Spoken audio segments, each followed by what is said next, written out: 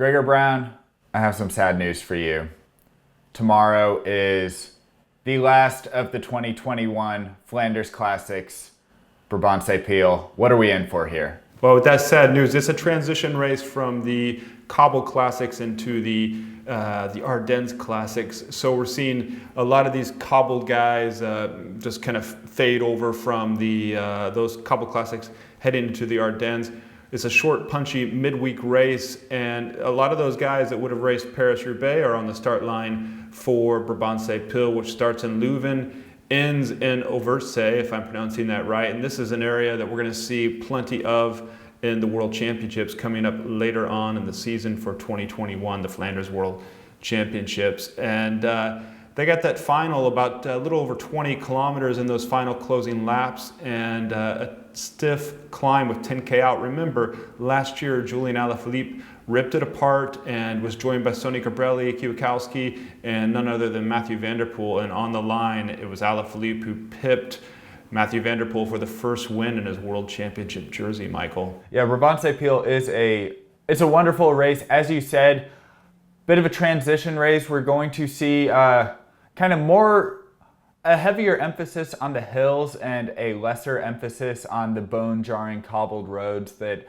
most of the Flanders Classics have been up to this point.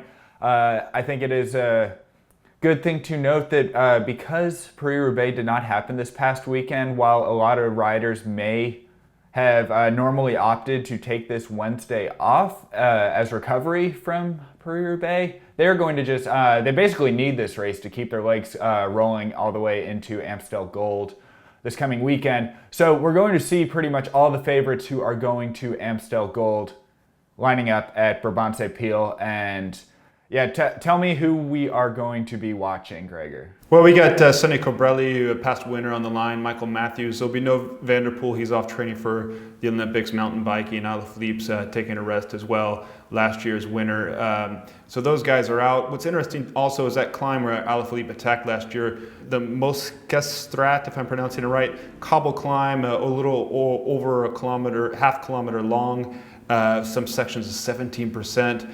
But apparently some roadworks on that. They've made the climb a bit easier, so I think the cobbles are a little bit smoother. And then the final kick to the line is a different approach this year due to some roadworks there around Overijse. So men's race, women's race on tap for us Wednesday, Michael. Don't be sad that the likes of Mathieu van der Poel and Julian Alaphilippe are not going to be on the start list, because there are a ton of riders who are going to be entertaining us. Julian Alaphilippe missing is actually opening the door for a spot on the Deceuninck Quickstep roster that Ian Garrison is filling. The American who had a really wonderful first year in the World Tour last year for Deceuninck Quickstep is coming back. We are going to be seeing him at Brabantse Pijl and at Amstel Gold, so I'm excited to see what he can do. We're also going to be watching American Corinne Rivera. She is making her 2021 season debut this week. She is again racing Brabantse Pijl and Amstel Gold. Gregor, you can watch the men and women race Brabantse Pijl live and on demand on FloBikes in the US, Canada, and Australia. We'll see you there.